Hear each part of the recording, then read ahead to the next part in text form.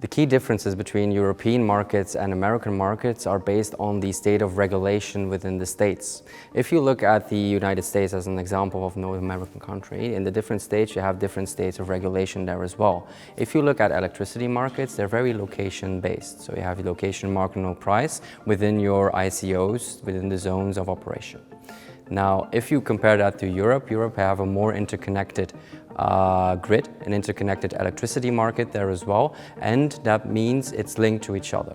Now, if you compare that to gas markets are a bit more linked to each other, I would say. You have a TTF market on the European side, you have your Henry Hub plus basis market, but still regulation comes in there. So the key differences between the regulated states and the deregulated states are the state of the market. Europe is mainly deregulated. The states show a lot of diversity on a location basis and on a side-by-side basis.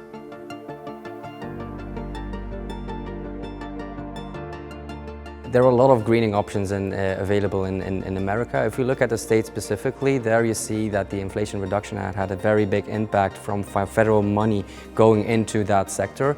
It's very different from state to state though, but there is a lot of incentives on state level and on federal level there, meaning financially. If you look at guarantees of origin in that sense, you have a fully grown REC market that is developing and actually adding additionality to those RECs as well.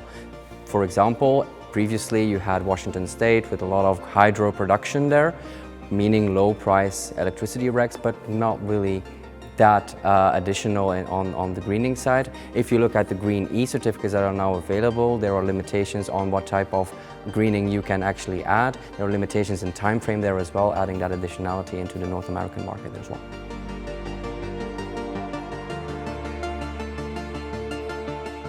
If you look at the North American markets, you really need to look at a state level on what is the type of market. Is it a regulated market? Is it a deregulated market? Fully deregulated markets, there we're talking, for example, North England region, that region, it's fully deregulated for both gas and electricity.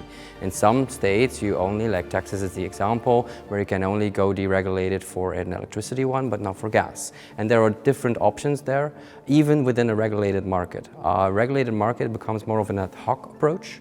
An ad hoc approach because it depends on side-by-side situation. If you have larger volumes there in some states, Michigan is an example, if you are with the top 10 producers or top 10 consumers of electricity or gas, you can go into a third-party supply contract with multi-hedging. So from time to time, even within regulated markets, there's definitely opportunity there to go towards a risk management approach. And next to that, you always have the deregulated markets where you can basically go as flexible as possible within your risk management strategy.